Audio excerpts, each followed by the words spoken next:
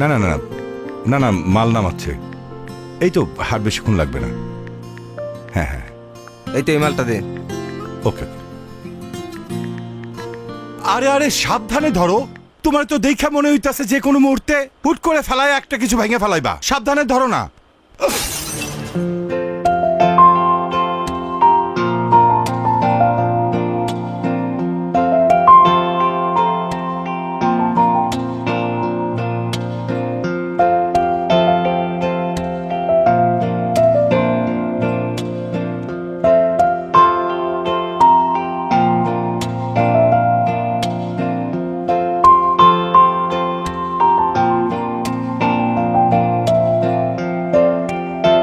বাবা জারটা নিয়ে এসো না। হ্যাঁ মা, আনতেছি।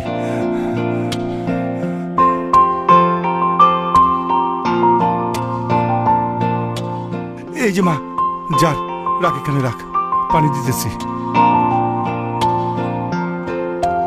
রাখ।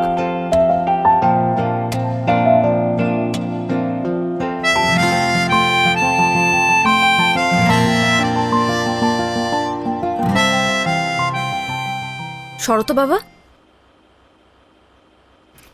আপনি এটা কি করলেন? ইচ্ছে করে জারটা ভেঙে দিলেন? যেই বাবা বললো সাবধানে কাজ করতে, অমনি আপনি হাত থেকে জারটা ফেলে দিলেন। কি মনে করেছেন এই এলাকায় নতুন এসেছি দেখে, বাইরের থেকে এসেছি দেখে এসব ফাইসলা আমি বুঝবো না? এই জার ভাঙার পেমেন্ট আপনার পেমেন্ট থেকে কাটবো আমি। ইচ্ছা করছে এখন থাপ্পড়ায় দাঁতগুলো ফেলে দিই। আপা মনে হয় মহল্লার পোলাপান সম্পর্কে কিছু জানে না। কথাবার্তা বেলাইন থেকে কিভাবে লাইন আনতে হয় মহল্লার পোলাপান খুব ভালো করেই জানে। আর আরেকটা বিষয়, মারার আগে কিন্তু চিন্তা করবে না কে পুরুষ আর কে মহিলা। থাক বাবা, আমার মা এটা ভুল করে বলে ফেলাইছে, তুমি কিছু মনে করো না।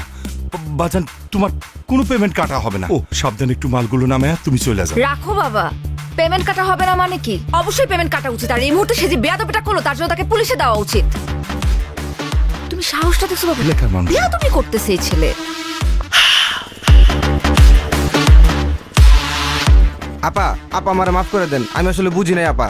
আপনি আমার পেমেন্ট কাটবেন তো সব পেমেন্ট কাইটা নিয়েন। আমি মন দিয়ে কাজ করতে স্যার, কোনো কিছু নষ্ট হইব না। কাজ কর কাজ কর। তুই আগে কবি না বেটা, এই নে নে নে নে।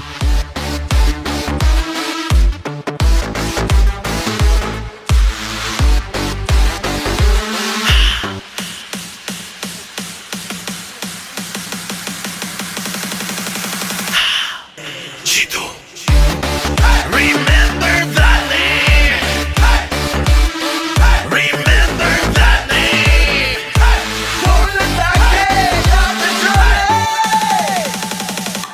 Chito.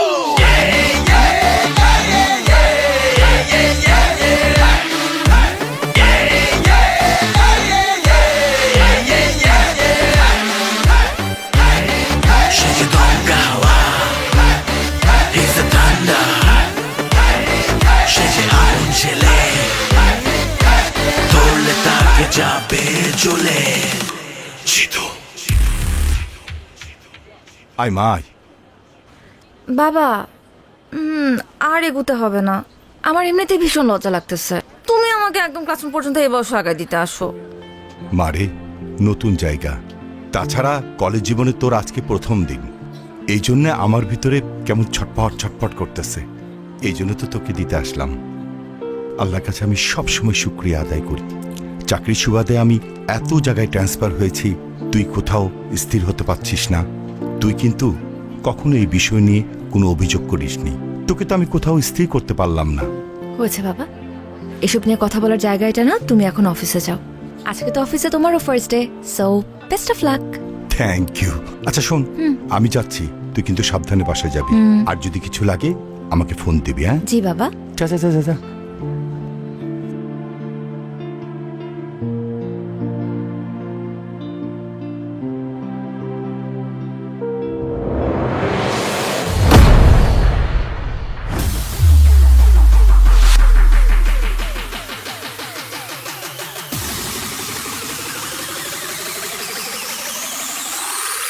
তাহলে 1905 সালে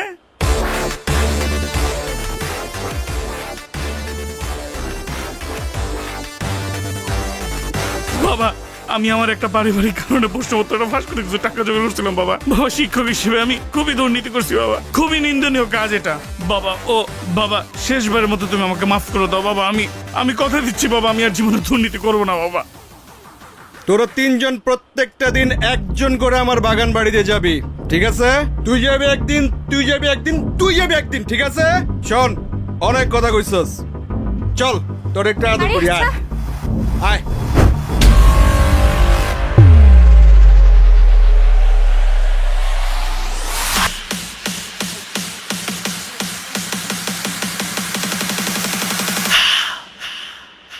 Jitu Shiji Donka Hawa He's the thunder Shiji Agun Chile Torle Take Jabe Jole Jitu Remember that name Remember that name Torle Take Jabe Jole Jitu কি সুন্দর নদী। আমার না নৌকা দেখলে শুধুমাত্র ঘুরতে ইচ্ছা করে। আর এত সুন্দর নদী, আমাকে নিয়ে চলো না নৌকায়। ঘোরা তো যায়, কিন্তু ওরা তো ঘন্টায় 500 টাকার নিচে ঘুরে না। আর আমার কাছেও আজকে বাড়তি টাকা নেই। এশা, আজকে থাক না, আমার কাছেও টাকা নেই। আমরা না হলে আরেকদিন প্ল্যান করে এসে ঘুরে যাব। আমি কি তোমাদেরকে বলছি যে তোমাদেরকে টাকা দিতে হবে? তোমরা কেন এটা নিয়ে এত চিন্তা করতেছো? চলো আমরা 1 ঘন্টার জন্য ঘুরে তারপর যে যার বাসায় চলে যাব। চলো চলো। এশা, তুমি কিছু মনে করো না, আমাদের বাসা থেকে আসলে বিশেষ কোনো কারণ ছাড়া বাড়তি টাকা দেয় না। তুমি বিষয়টা অন্যভাবে নিও না প্লিজ। ধুরো, রাখো তো। আই, তোমরা কি আমার কাছে কিছু চাইছো? মনে করো যে এটা তোমাদের জন্য তোমাদের নতুন ফ্রেন্ডের পক্ষ থেকে একটা ট্রিট। এখন চলো তো, দেরি হয়ে যাবে পরে। চলো চলো চলো চলো।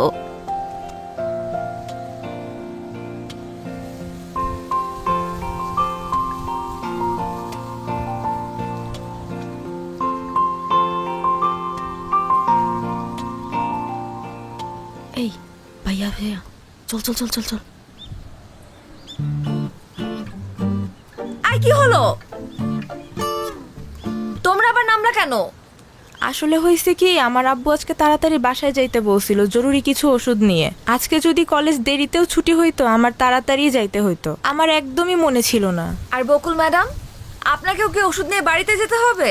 আরে আমার শরীর তো অনেক আগে থেকেই খারাপ, পেটের ভিতর কেমন জানি মোচড়াইতেছে। আর এখন মাঝ নদীতে যেয়ে যদি পেটে মোচড় দেয় তাহলে কি করব বলো? তুমি এক কাজ করো, তুমিও নেমে আসো, আমরা কালকে ঘুরে বেড়াবো। তোমাদের জন্য তো আমি আমার নৌকা ভ্রমণ ক্যান্সেল করতে পারবো না। তোমরা যাও। চাচা, বোট ছাড়েন।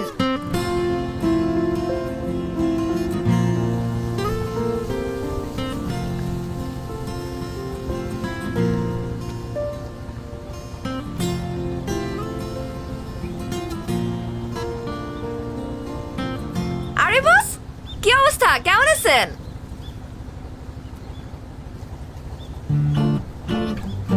কি কথা বলতে পারে না? বোবা নাকি?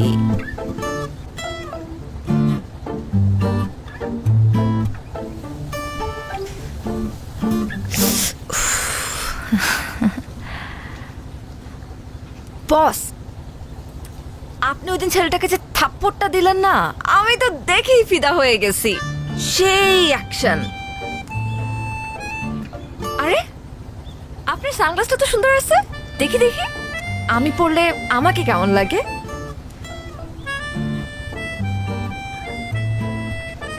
কি বস, কেমন লাগতেছে?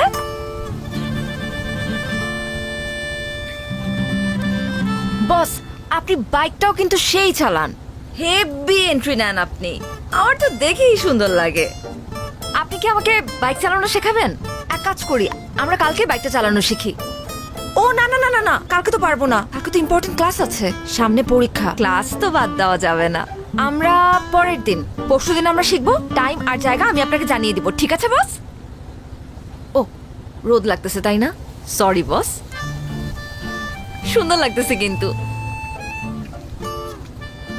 এই মানিক, নৌকা ভিড়া। বস, আপনি কি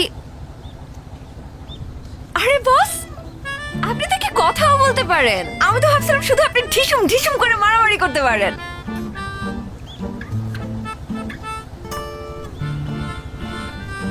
আপনি কি মাইন্ড করছেন বস?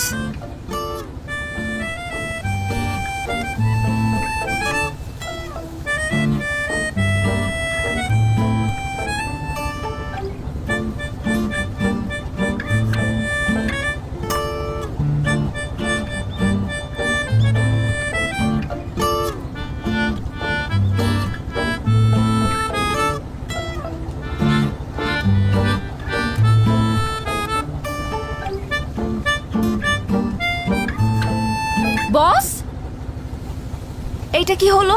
ভদ্রতা জানা নেই আপনার? একটা মেয়ে মানুষকে বোট থেকে নামাতে হলে ভদ্রতা করে যে হাতটা বাড়িয়ে দিতে হয় সেটা জানেন না? একাই গটগট করে নেমে চলে যাচ্ছে। অবশ্য এটা আলাদা বিষয় যে এশার কারোর হেল্প লাগে না, এশা একাই 100। কি হলো? রক্ত পড়ছে। আসেন, হসপিটালে যেতে হবে। কতখানি কেটে গেছে? Nurse, nurse. কত রক্ত আচ্ছা পড়ছে। আচ্ছা, আমি দেখছি। একটা সেকেন্ড।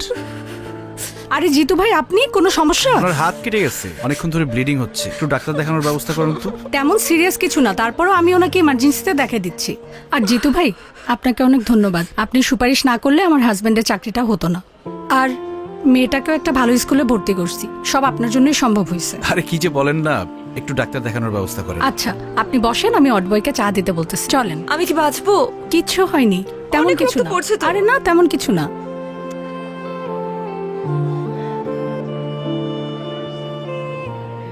রিপন ভাই, জিতু, তুমি এখানে? তুমি কাঁদতেছো কেন? আমি মনে হয় আর আমার বাচ্চাটাকে আর বাঁচাতে পারবো না জিতু। কি বলো, কি হয়েছে? তুমি তো সবই জানো, প্রেম কইরা বিয়ে করছিলাম, বাচ্চাটাও তাড়াহুড়া করে নিয়েছিলাম। পরে প্রিম্যাচিউর বেবি হইল। জন্মের পর দেখি বাচ্চাটার নানান ধরনের সমস্যা। ভাবছিলাম যে বড় হইলে আস্তে আস্তে সময়ের সাথে সব ঠিক হয়ে যাবে। একটু আগে ডাক্তার বলল আমার বাচ্চাটার হার্টে নাকি ছিদ্র, কয়েকদিনের মধ্যে অপারেশন না করলে বাচ্চাটা আমার আর বাঁচবে না জিতু। এখন আমি এত টাকা কোথায় পাবো? চলো আমার সাথে, চলো। কোথায়? ডাক্তারের সাথে আমি কথা বলবো, আসো। লাভ নাই জিতু, তুমি এমনি অনেক সমস্যায় থাকো, আমার কারণে তোমাকে আর পেন দিতে চাই না ভাই। রিপন ভাই, তোমার আসতে বলছি, আসো আসো আসো আসো।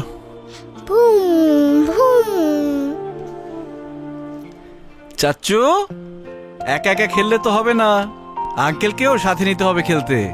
দাও, আমরা খেলি, আসো। চাচু, আমি তোমাকে সব খেলা দিয়ে দিব, তুমি শুধু এখান থেকে আমাকে নিয়ে যাও।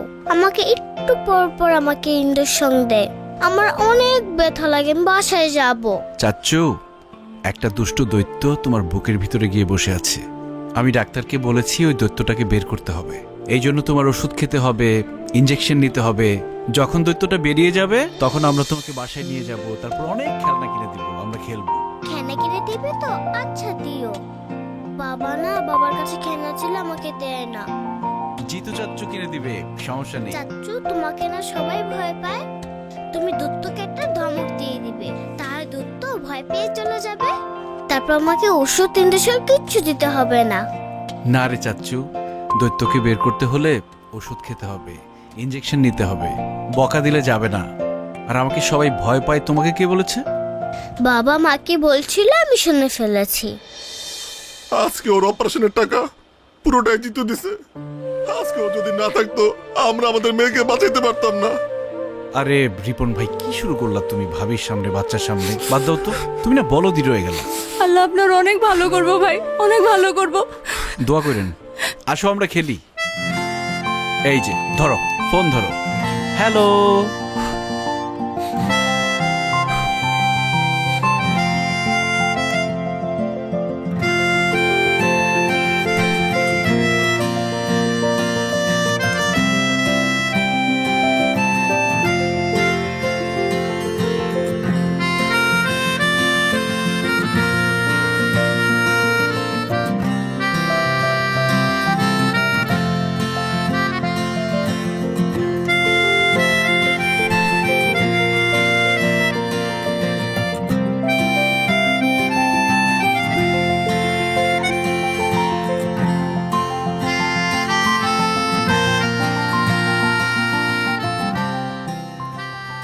ট্রিটমেন্ট তো হয়ে গেছে, আবার কি? বারে ট্রিটমেন্ট হয়ে গেছে তো কি হয়েছে?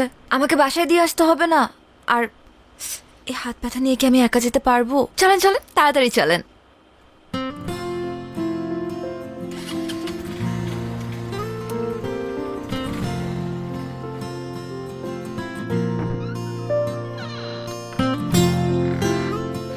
আসছিস মা? জি বাবা। আজকে কলেজ থেকে ফিরতে এত দেরি হলো যে? কিছু না বাবা, একটু ফ্রেন্ডের সাথে ঘুরতে গিয়েছিলাম। মা শুন না। হুম? এই তোর হাতে ব্যান্ডেজ কেন, কি হইছে? তেমন কিছু না বাবা, ওই যে আমরা নৌকা দিয়ে ঘুরছিলাম তো, নৌকা থেকে নামার সময় হাতটা সামান্য কেটে গেছে। কি বলছিস? তেমন কিছু হয় নাই, হাতে ব্যান্ডেজ।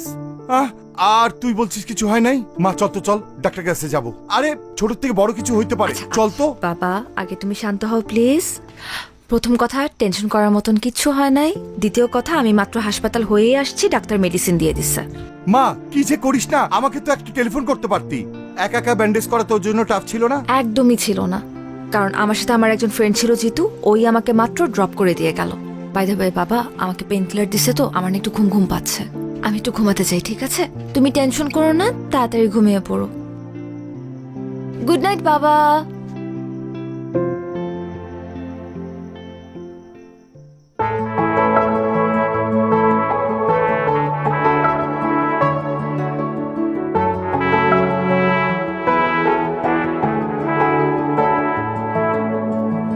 হবে কি আমার পথ চলার গতি, হবে কি আমার স্বস্তির ঘুম, টিপ টিপ ঝরে পড়া বর্ষা নিঝুম, হবে কি আমার বৃষ্টি ঝুম। তোমাকে খুঁজে পাই কাক ডাকা ভরে, তোমাকে খুঁজে পাই গোধূলি রং ধরে, তোমাকে খুঁজে পাই কাক ডাকা ভরে, তোমাকে খুঁজে পাই গধূলি রং ধরে।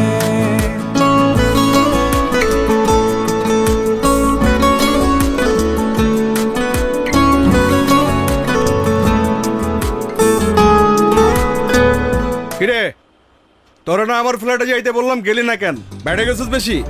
আমি যাব না। কেন যাবি না? আমি যাব আজকেই না। যাবি, আজকেই যাবি তুই। তোর যেটা বলছি এটাই শুনবি, ঠিক আছে? কি বলছি, যাবি? যাব না, আমার ইচ্ছা। কেন ইচ্ছা? সবকিছু তোর ইচ্ছা মতো হইব? যাবি, কখন যাবি ক? কিরে ওই তুই কি চীনা থাপ্পড়টা দিছস না না চীনা থাপ্পড় দিছস? আপনাকে চিনে আমি কি করব? আপনি জানেন আমি কে? কে তুই? আমি জিতুর। জিতুর কি? বল জিতুর কি? আমি জিতুর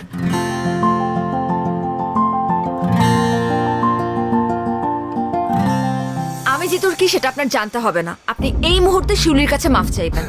আমার পেছনে কিন্তু জিতু আছে। কই পিছনে তো কোনো কাউয়া দেখি না। ওই তোরা কাছে কাউয়া দেখ নাকি, দেখ তো।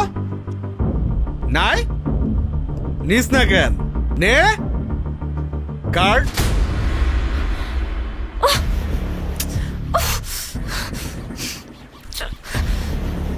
দে পরে দে।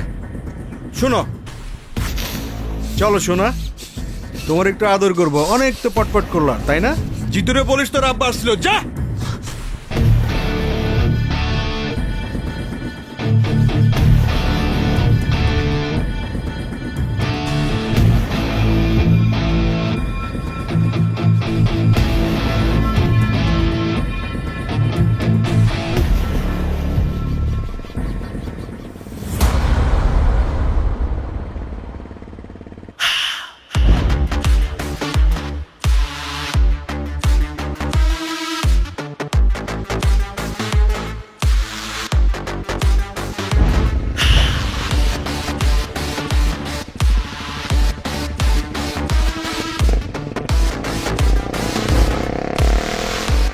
ভাই আজকে ভার্সিটিতে কিন্তু সেই মজা হয়েছে। তা আপনি কিন্তু আম করে আটকাইছেন না রে? না আটকাইলে কিন্তু আরো মজাই তো ভাই। হ্যাঁ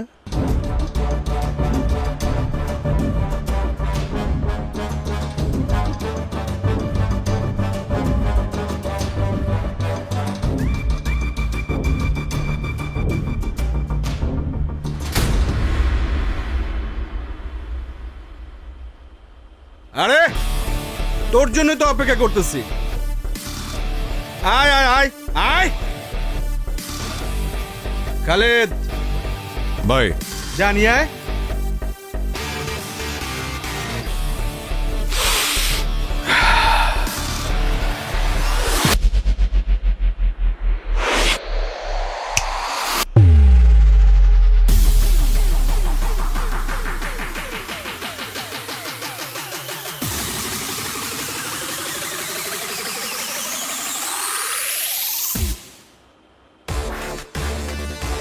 বড় ভাই, ইউনিভার্সিটিতে সুযোগ সুবিধা পাই না, আজকে যেহেতু এখানে চলে আসছেন ঠিকঠাক ভাবে বানাবো। ওই গেটটা লাগা। ভাই জিতু ভাই তো গেট আগে তালা মেরে দিচ্ছে। খুব ভালো হয়েছে, বড় ভাই নিজেই গেটটা আটকায় দিছে। ওই বাইরে হাসপাতালে পাঠানোর ব্যবস্থা কর।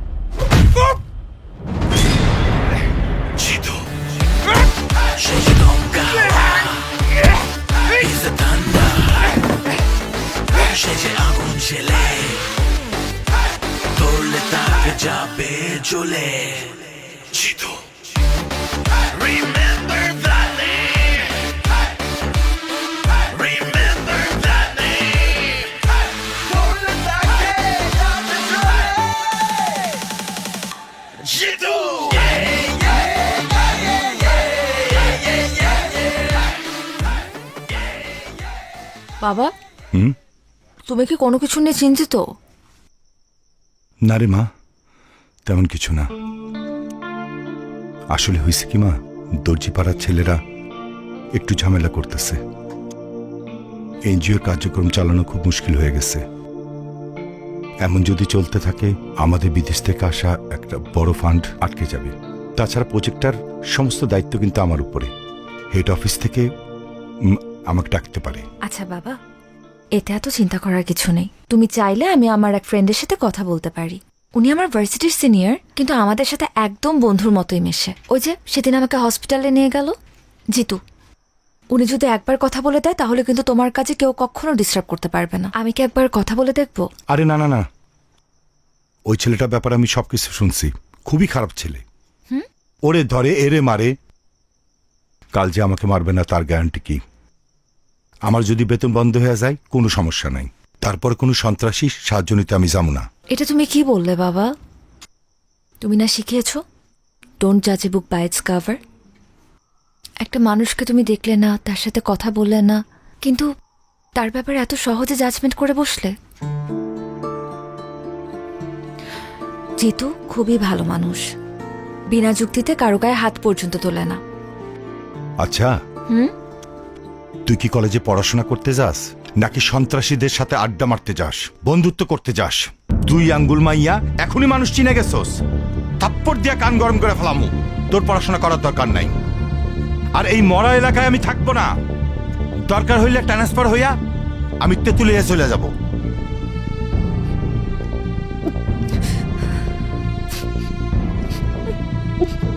দেখ, নতুন করে নাটক শুরু করবি না, ভালো হইব না কইতাছি। চুপচাপ খা, তারপর গিয়া পড়তে বস, যা। কিরে, হাত ধুইতেছস কেন? আমার পেট ভরে গেছে বাবা।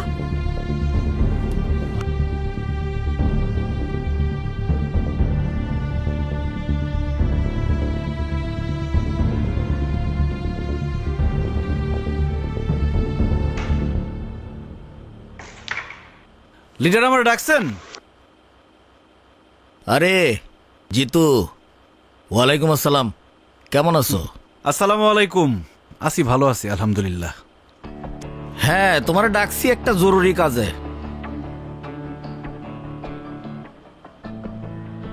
তোমার তো পড়াশোনা শেষ, কয়েকদিন পরে রেজাল্ট, ভিপি নির্বাচনটাও তো চলে আসছে। তো তুমি যদি সেন্ট্রাল রাজনীতিতে চলে যাও, তাহলে এই ক্যাম্পাসের দায়িত্ব তো জাহিদের নিতে হবে।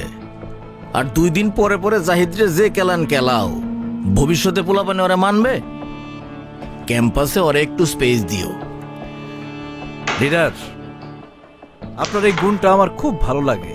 আপনি খুবই দূরদর্শী, কিন্তু জাহিদের ব্যাপারটা খুব বেশি দূর পর্যন্ত দেখতে পারেন নাই। সমস্যা নাই, আমি আপনার দেখাই দিতেছি। আগামী ভিপি ইলেকশনে Zahid nomination form fill up করবে না।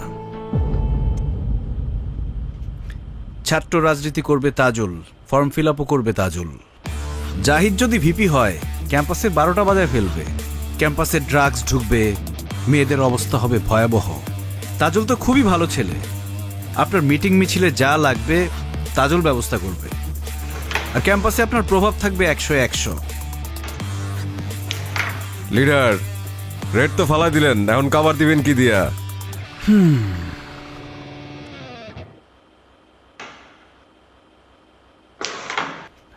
সাইমন, কভার দেয়া সবার কাজ না, সবাই সেটা পারেও না।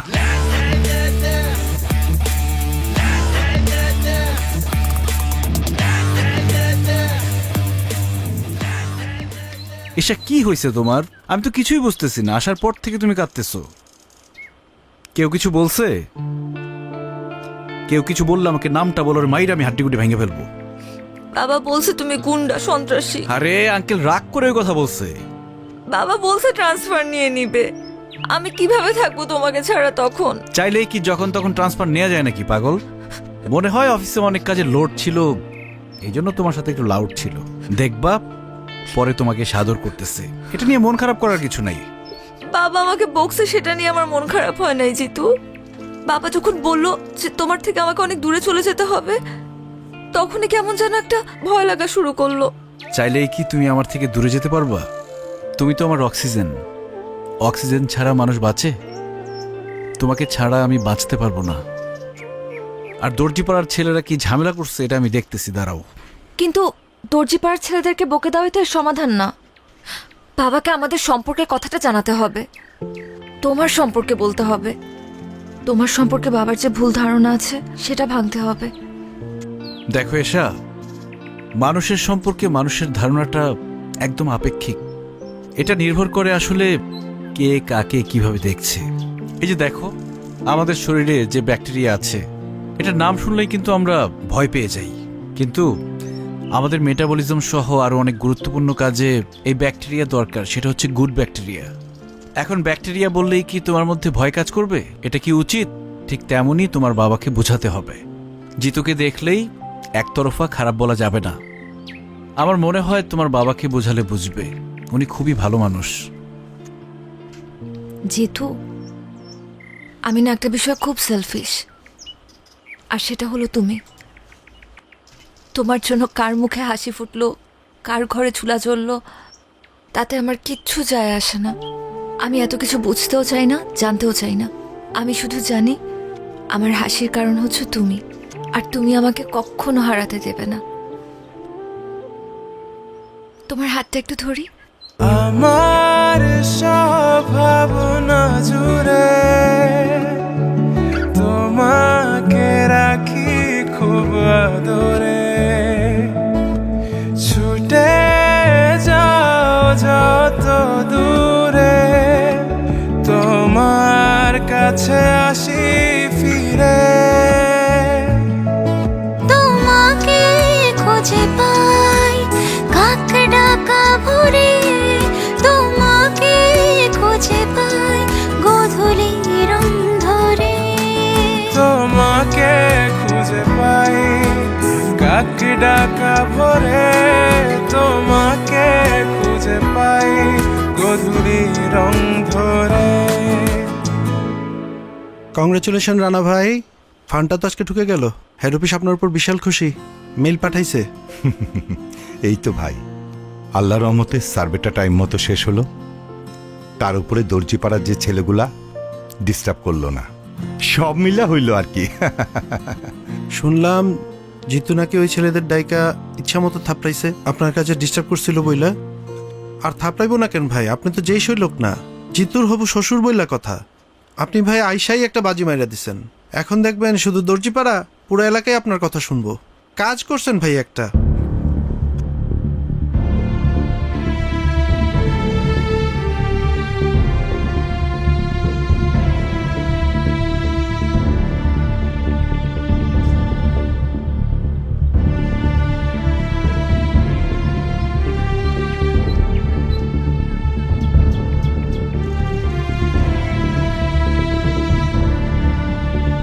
আসসালামু আলাইকুম জিতু সাহেব, আপনার সঙ্গে আমার একটু কথা ছিল, আমাকে একটু সময় দেওয়া যাবে? ওয়ালাইকুম আসসালাম আঙ্কেল, আপনি আমার সাথে এইভাবে কথা বলতেছেন কেন? আপনি তো আমার মুরব্বী, আপনি আমাকে খবর দিতেন, আমি আপনার বাসায় চলে আসতাম। আপনি কষ্ট করে এখানে আসলেন, ওই ছেলেপেলেগুলা কি ঝামেলা করছে কোনো? না, ওরা আমার আর কাজে আশেপাশে আসে নাই। আপনি আমার জন্য যেটা করেছেন এই জন্য আমি কৃতজ্ঞ। আমি আসলে আপনার সঙ্গে একটু একা কথা বলতে চাচ্ছিলাম। তোরা একটু ওইদিকে যা তো। নতুন কোনো বিপদ হয়েছে? তা এক প্রকার বিপদই বলতে পারেন। আমার মেয়ে এসা বয়স কম, ও এই কঠিন দুনিয়ার অবস্থাটা বোঝে না। ও একটা ফ্যান্টাসির মধ্যে বসবাস করতেছে। আমার মনে অবস্থা বোঝার মতো অবস্থা ওর নাই। তাই একটা অসহায় বাবা হিসেবে আপনার কাছে আসা ছাড়া আমার কোনো উপায় ছিল না। আমি জানি আমার মেয়েটা আপনাকে ভালোবাসে, কিন্তু ও যেটাকে ভালোবাসা মনে করতেছে আসলে সেটা তো ভালোবাসা না, শুধু একটা মোহ। ও আপনার আগ্রাসনকে ভালোবাসে। যেদিন আপনার জীবনে স্থিরতা চলে আসবে সেদিন তো এই মোহটা কেটে যাবে।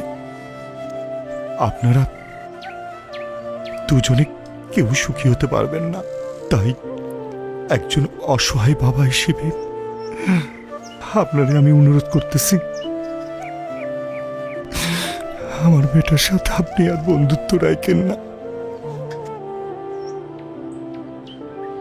আমি আশা করব আপনি আমার এই রিকোয়েস্টটুকু রাখবেন, প্লিজ।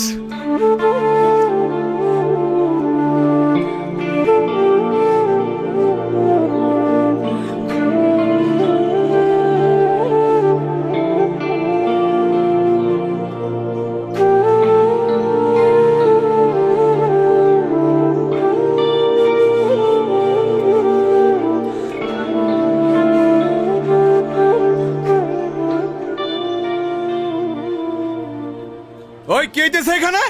এই পোস্টার চেট শর্ট চেট উঠা ফালা যা একবার লাথি দিব। পুরা ক্যাম্পাসে শুধু আমার পোস্টার থাকবে, আর কারো পোস্টার থাকবে না। আর শোন তাজুল, তোর শুধু আমি পারমিশন দিছি, একটা প্রতিপক্ষ লাগে, তার মানে এই না তুই ভিপি হয়ে গেছস। এই বেটা, তুই যদি চিন্তা করো যে এই কলেজের ভিপি হবি, এই যে পোস্টারটা দেখতেছস না, পোস্টারের মতো একদম তোর একটাই না ছিঁড়া ফেলামো। জাহিদ, এই ক্যাম্পাসে সবার পোস্টার থাকবে। এই পোস্টার ছিঁড়ছে কে? জাহিদ ভাই, জাহিদ তুই পোস্টার ছিঁড়ছস? এখন তোর পোলাপাইন দিয়া সব পোস্টার লাগাই দিবি। এগুলো কি তোর পোস্টার?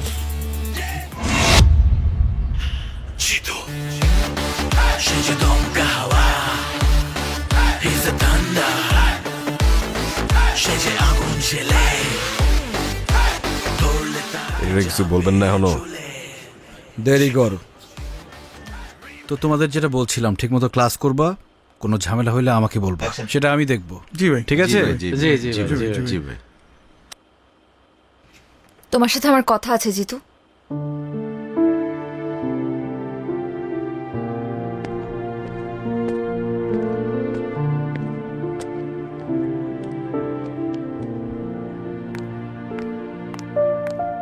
কি সমস্যা? কি হয়েছে? লাইব্রেরিতে তখন ইগনোর করলা, ক্লাসে দেখেও না দেখার ভান করলা, এখন এখান থেকে সরে যেতে চাচ্ছিলা। সমস্যাটা কোথায় হচ্ছে বলো তো? তোমার বাবা এসেছিলেন আমার সাথে দেখা করতে। উনি বলেছেন আমাদের বন্ধুত্ব যাতে আর না রাখি। আমার কথা এখনো শেষ হয় নাই জিতু। বাবা বলল আর তুমি মেনে নিলা? তুমি তো জানো যে আমরা একে অপরের প্রতি কমিটেড।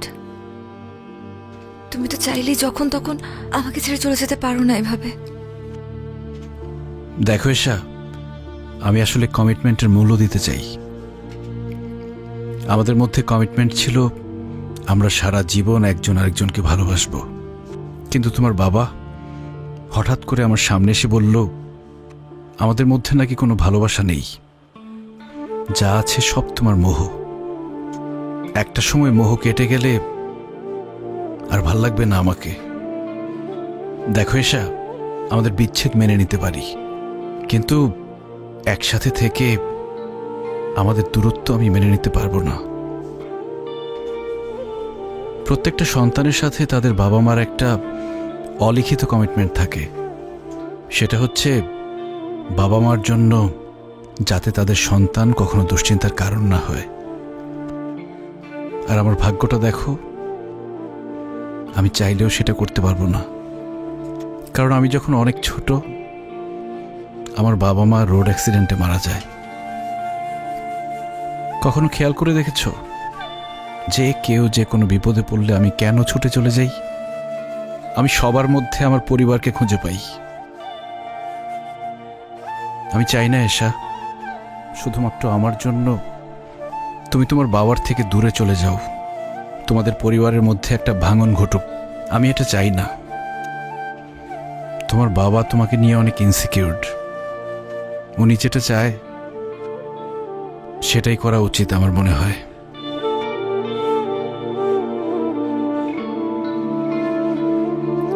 কাউয়ার্ড একটা।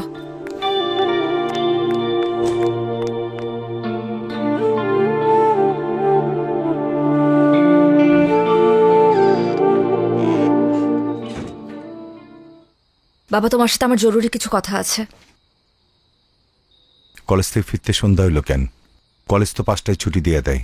কারণ আমি এতক্ষণ নদীর পাড়ে বসে ভীষণ কান্নাকাটি করেছি আর লাইফের সব থেকে গুরুত্বপূর্ণ ডিসিশনটা নিয়েছি বাবা। ফ্রেশ হ, খাওয়া দাওয়া কর, পরে কথা বলি। না বাবা, আমার এই মুহূর্তে তোমার সাথে কথা আছে এবং কথাটা অনেক ইম্পর্ট্যান্ট। তুমি জিতুকে কি বলছো বাবা? একজন বাবা হিসেবে যা বলা দরকার আমি তাই বলছি। না বাবা, তুমি এমন কোনো কথা বলতে পারো না যার জন্য আমার ভালোবাসার মানুষটা আমার থেকে দূরে সরে যেতে চায়, তাও শুধুমাত্র তোমার কথার সম্মান রাখার জন্য। দেখ মা, আমি তোকে কিন্তু কোনোদিন কোনো কাজে বাধা দেই নেই, কারণ খুব ছোটবেলায় তোর মা আমাদেরকে ছেড়ে চলে যায়। আমার বারবার ট্রান্সফারের জন্য আমি তোকে এক জায়গায় কখনো স্থির রাখতে পারি নাই। এসব না আমার মধ্যে একটা গিল্টি ফিলিং কাজ করে। তাই বলে একটা রং মানুষকে ভালোবাসবি আর আমি সেটা মেনে নেব, এটা তুই ভাবলি কি করে? জিতু তো রং মানুষ না বাবা, বরং তুমি তাকে রং ওয়েতে দেখছো। তুমি জানো জিতু আজ পর্যন্ত বিনা দোষে কারো গায়ে হাত তুলেনি। এমনকি কতগুলো পরিবার ওর জন্য খেতে পারে তুমি জানো? বিনা পয়সায় কতগুলো মেয়ে ডিগ্রি পাস করছে, এগুলো তো তুমি জানো না বাবা। শুধুমাত্র আশেপাশে ঘটে যাওয়া কিছু ঘটনা আর মানুষদের থেকে শোনা কিছু কথা নিয়ে তুমি ডিসিশন নিয়ে নিলে যে জিতু একজন সন্ত্রাসী। তুমি জানোই না বাবা যে কত জনের চোখে জিতু আসলে একজন সুপার হিরো। Super hero? আচ্ছা, তোর সিদ্ধান্ত কি আমাকে বল। আমি কিন্তু জিতুর ব্যাপার নিয়ে তোর সাথে আর্গুমেন্টে যেতে চাই না। আমি চাই জিতুকে বিয়ে করতে, সেখানে তোমার মত থাকুক আর নাই থাকুক। আমি এক্ষুনি জিতুকে বলবো আমাকে এসে নিয়ে যেতে। তুমি চাইলে আমাদেরকে আটকানোর চেষ্টা করতে পারো বাবা।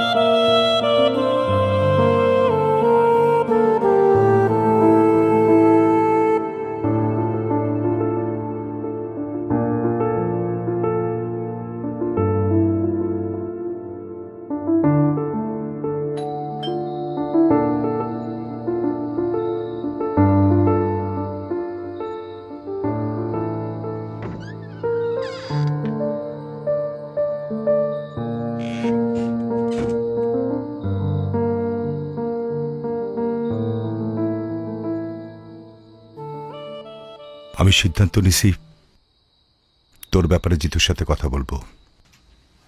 তুই ওকে ডাক দে, পারলে আজকে রাতেই। থ্যাংক ইউ বাবা, আমি এখনই কল দিচ্ছি। ইয়েস।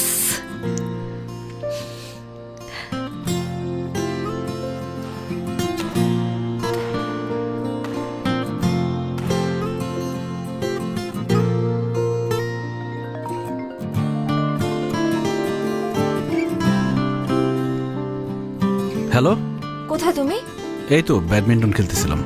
আচ্ছা ওগুলো রাখো, তুমি আমাদের বাসায় চলে আসো। বাবা তোমার সাথে আমাদের ব্যাপারে কথা বলতে চায়। এখন এখনই আসতে হবে। তুমি বরং আমাদের সাথে এসে ডিনার করো, একদম দেরি করো না, ওকে? আচ্ছা ঠিক আছে, আসতেছি। ঠিক আছে। এই তোরা খেল নে। জিতু ভাই, হুম? আমরা কি আসবো? না, দরকার নাই। আচ্ছা, তাহলে এটা রাখেন।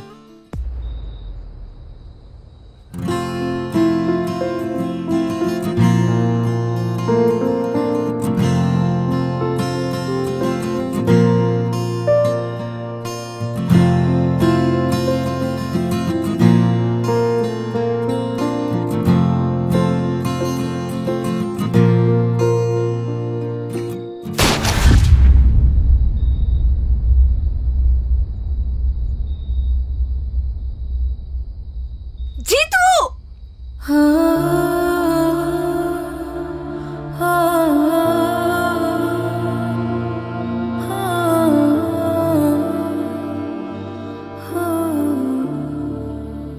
লিডার, পরিস্থিতি তো নিয়ন্ত্রণের বাইরে চলে যেতেছে, ফালাই দি। ফালায় দে। জিতুকে আজকে আমার বাসায় পাওয়া যাবে। আপনারাও কি করবেন আমি জানতেও চাই না। আমি শুধু আমার মেয়ের ভালোর জন্য এই কাজটা করলাম।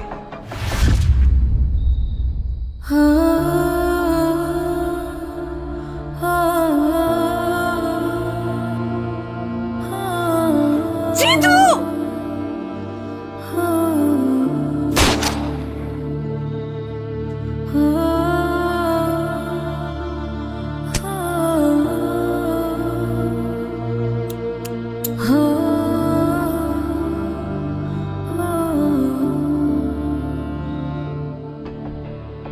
জিতুর ম্যাগজিনটা খালি করে রাখ। ঠিক আছে।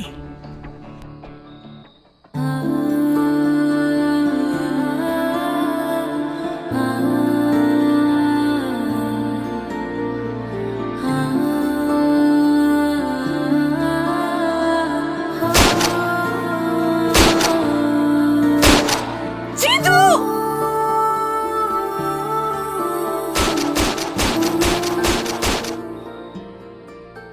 Thank you uncle.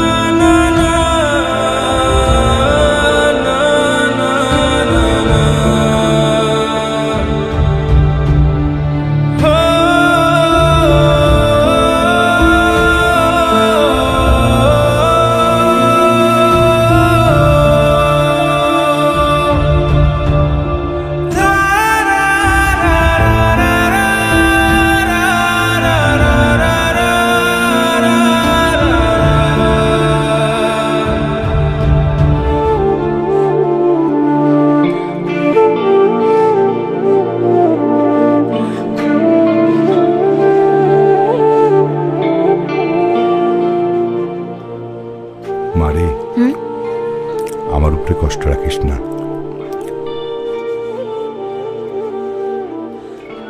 বাবা তুমি খাও তো, কারোর জন্য তো কারো জীবন থেমে থাকে না। তুমি খেয়ে নাও, তাড়াতাড়ি অফিসে যাও, দুনিয়ার কাজ বাকি তোমার। মা, তুই এক কাজ কর না, কয়েকদিনের জন্য তোর খালা বাসা থেকে ঘুরে আয়। আমি টিকিট করে দেই মা। ধরো বাবা, কি যে বলো তুমি। এখন আমার খালার বাসায় যাওয়ার সময় আছে? সামনে পরীক্ষা, কত পড়াশোনা বাকি। আমাকে নিয়ে চিন্তা করো না তো, আমি ঠিক আছি।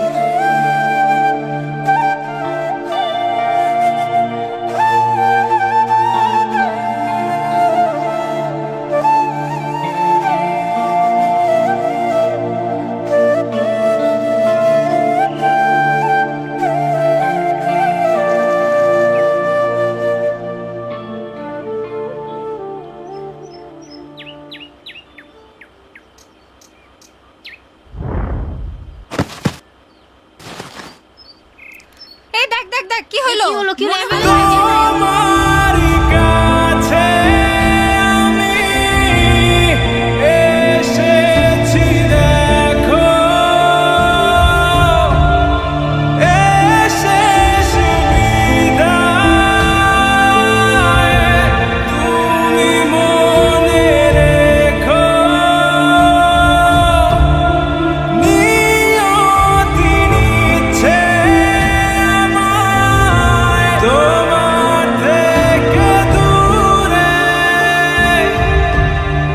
যাচ্ছি চলে আসবো না ফিরে।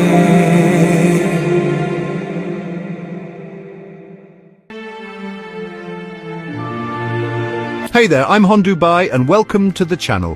Today we're diving deep into one of history's most significant events, the French Revolution. Buckle up because we're about to unearth 5 astonishing facts about the French Revolution that might just turn your understanding of this era upside down. We often think of the French Revolution as this big, dramatic upheaval, and don't get me wrong, it was. But behind the storming of the Bastille and the reign of terror, there were a lot of other factors at play.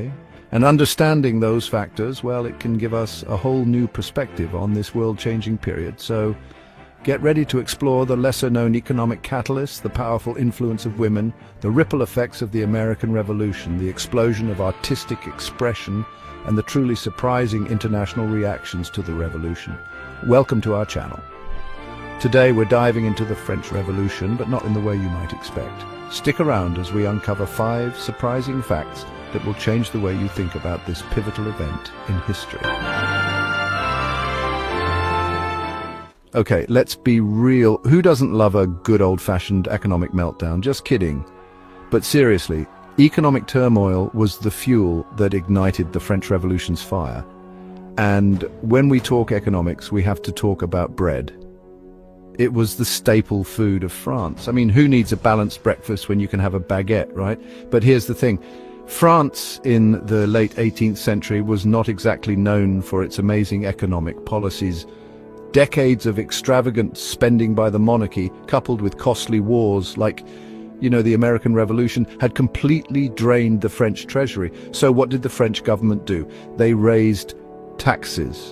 And not just a little, we need a bit more money for infrastructure kind of raise. This was an our economy is in freefall kind of tax hike. And guess who got hit the hardest? You got it, the commoners, the third estate, the people already struggling to afford, you guessed it, bread.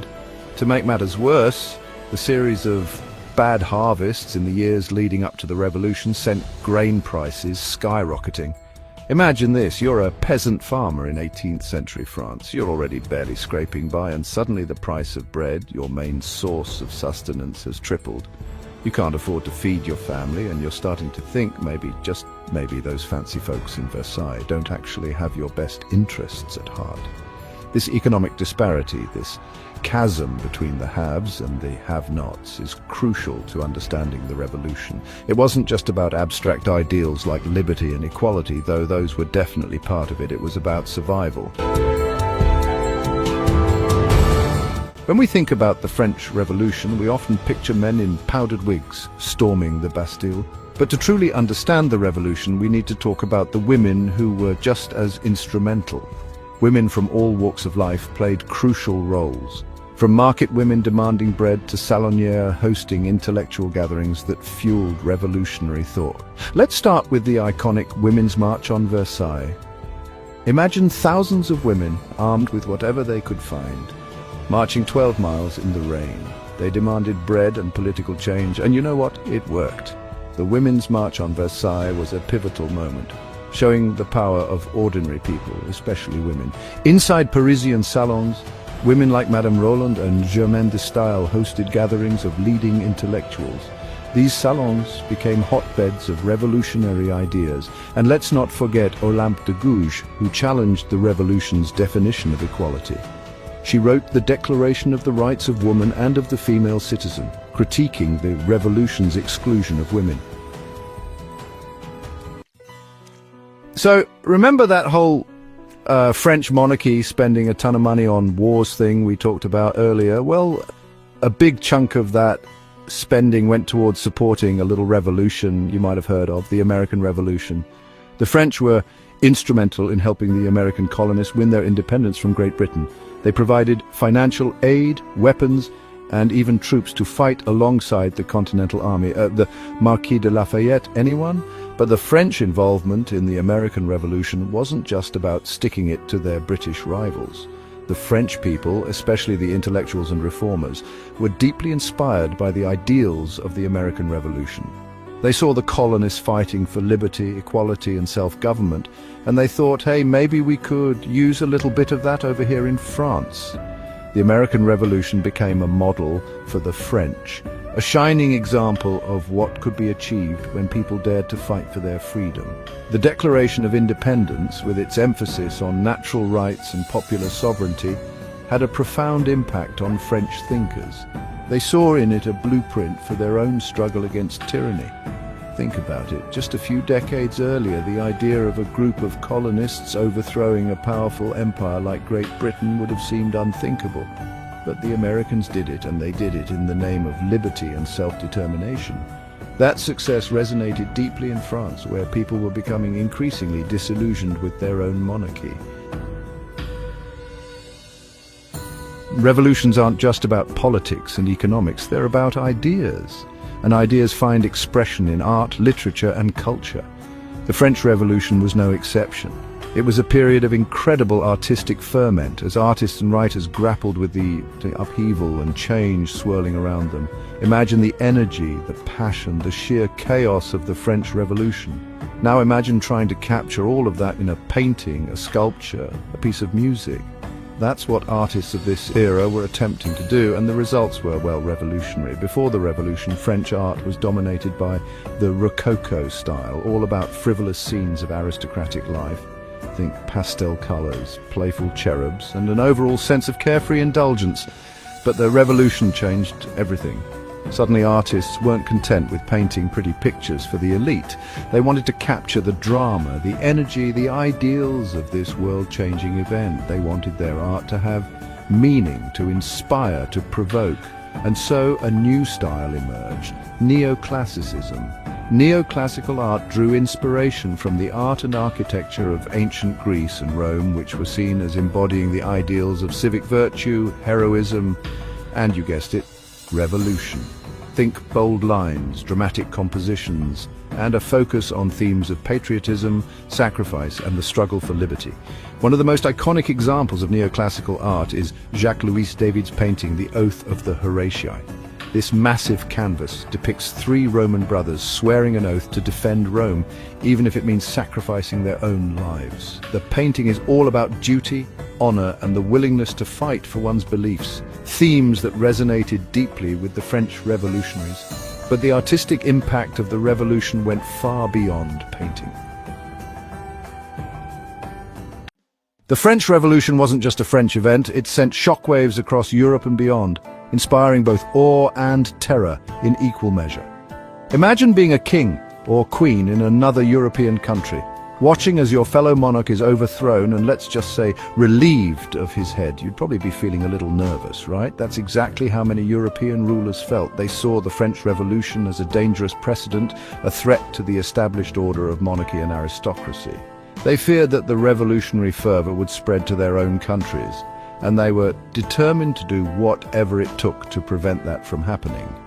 Some countries, like Austria and Prussia, even went to war with France in an attempt to restore the monarchy and crush the revolution. These wars, known as the French Revolutionary Wars, would drag on for over a decade and have a profound impact on the course of European history. But not everyone was horrified by the French Revolution. In fact, many people across Europe and the Americas were inspired by the ideals of liberty, equality, and fraternity. They saw in the French Revolution a beacon of hope, a sign that change was possible even in the face of overwhelming odds. In Ireland, for example, the French Revolution sparked a wave of revolutionary sentiment. The United Irishmen, a group advocating for Irish independence from Great Britain, drew inspiration from the French example and even sought French support for their cause. Across the Atlantic, the Haitian Revolution, a successful slave revolt that established the independent nation of Haiti, was directly inspired by the French Revolution. That's it for our deep dive into the French Revolution.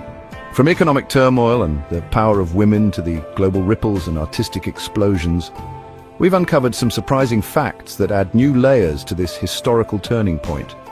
If you enjoyed this journey through time, hit that like button, subscribe to join our community of history buffs, and don't forget to ring that notification bell so you don't miss out on our next historical adventure. Now we want to hear from you.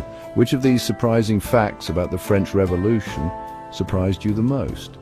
Let us know in the comments below, and let's keep the conversation going. Thanks for watching.